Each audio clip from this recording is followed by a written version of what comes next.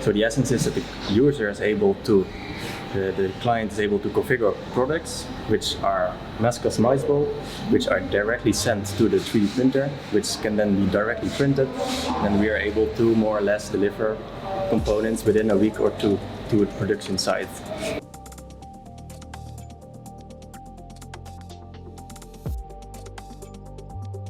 My name is Chris. I'm one of the founders of Neolithic, and with Neolithic we focus on large-scale 3D printing. We fully produce parametric 3D printed components for the infrastructure and construction industry.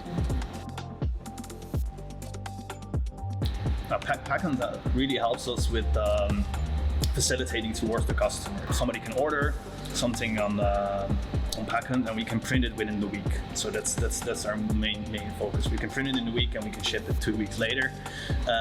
So in total, like the process for the customer is really smooth and easy. So our first pilot now is with the staircases. So Packhunt helps us just streamline also for user experience.